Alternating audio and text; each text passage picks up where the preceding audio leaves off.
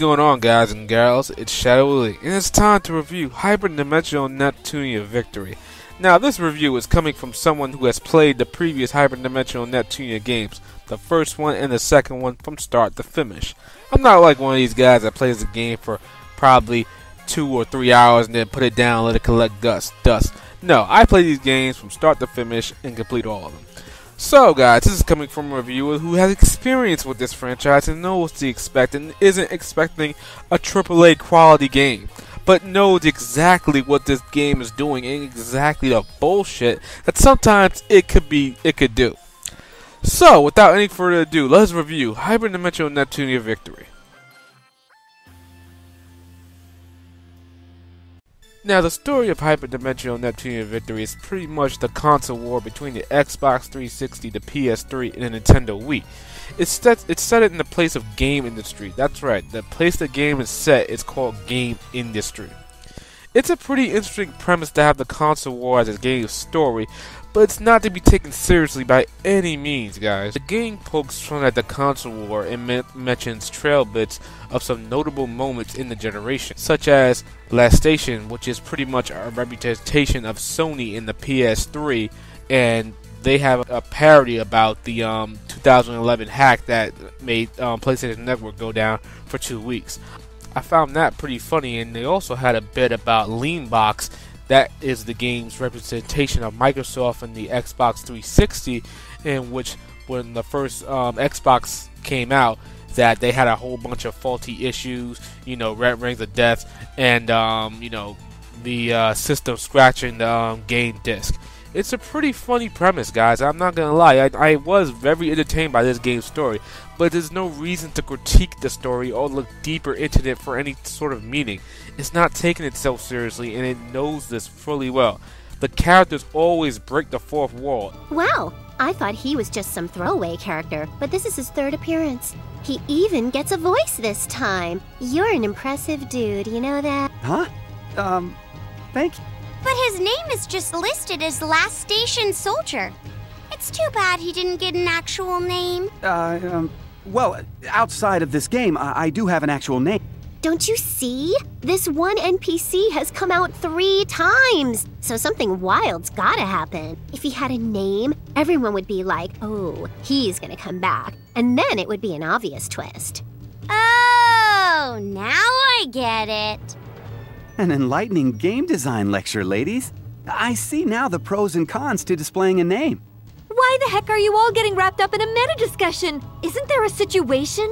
The characters, there's nothing really special about them except their charming designs.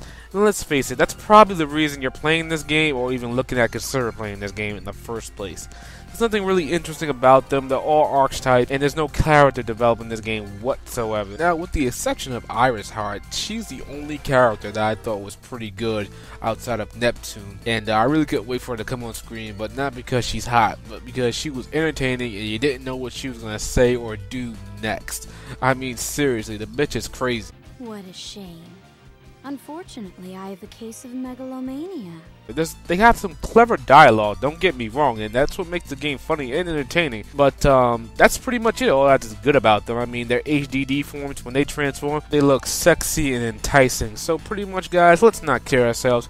The only reason you might be looking at this game is for the artwork or the designs. Now, the game looks exactly how it plays. There's a certain girly look to it, and I guess that's to be expected since all the main characters in the game are girls. There's something about the menus and interface that I just like. The character artwork, which is used for the game's cutscenes, is great, and they have a little animation to them which makes them look a little bit alive. And there's a lot of cutscenes in this game without voice acting, but I'll get to that a little bit later. And you'll be looking at the same artwork for hours and hours on end. I found myself particularly bored with it sometimes and just skipping through some of the cutscenes outright. If they had voice acting, maybe I wouldn't have been too inclined to skip the cutscenes. But I admit the artwork is some nice eye candy and it's not too bad to look at. Now, the in-game environments and dungeons look just as bland and boring as they have since the first game. And it's clear the developers are doing very, very little to improve it. So, of course, everything's not going to look good. You got some frame rate drops here and there, but it runs it runs okay. It's not that great, but it runs okay. The character models look pretty good. You know, you can get a good close-up on the character models, and their HDD forms look pretty damn good. And you can change each character's HDD form into anything you can find in the internet, or you can make one yourself if you're that good. But I found their default HDD forms to be pretty good. It's nice to have the option to change it to anything you want, and they do have some very unique designs. So now guys, let's talk about the sound and the voice acting. Now the voice acting in the game is really good, especially Neptune's voice actor. She nails the role to a T, and she's very energetic and she's into the role, and that's exactly how you do a localization dub voice right. The other characters' voice acting is good, but they don't come close to Neptune. And like I said before, when you have a game like this that's like a visual novel sort of, and you have a lot of cutscenes in the game, you want to expect that the whole game, or at least a good portion of the game, is voice acted. But unfortunately, that's not the case. You got a lot of voice acting in the beginning. You got barely any in the middle. I mean, sometimes you got some at the end of the chapter. You don't have any voice acting until the end of a chapter at some point. And then you got a lot going on at the end, which is good. But I would have liked, if this game was delayed, maybe to add some voice acting. That probably would have made me not skip some cutscenes in the game, because I got tired of them talking blah blah blah in their mouth all the time. I don't understand the situation. Can you go into more detail? Okay. Well, yada yada yada. Blah-de blah-de blah blah blah. Uh-huh, I see.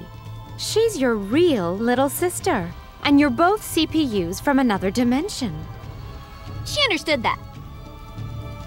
Now the music and the soundtrack in this game fit this game pretty well, and there are some notable tracks that I always like, such as the Last Station theme song, which is, oh man, it's just a great soundtrack, and some of the boss battle themes are pretty damn good. Overall, the soundtrack is pretty nice. Now the battle system of Victory is pretty much the same as Mark II. You'll be moving your characters around on the field in a limited area of movement, and moving into suitable range so you can attack multiple enemies at once. It's decent to borderline good battle system, and it'll keep you entertained for a while, and some of the attacks are crazy. I mean, like, he got one which I believe his name is Kenji Mifune or something like that, and he's appearing in one of the attacks, and it's pretty interesting to see attacks like those, and their transform HDD forms EXE attacks are pretty awesome to view, and I like the battle system. It's just that good to keep you going, but it's not much about it, except for, you know, grind a lot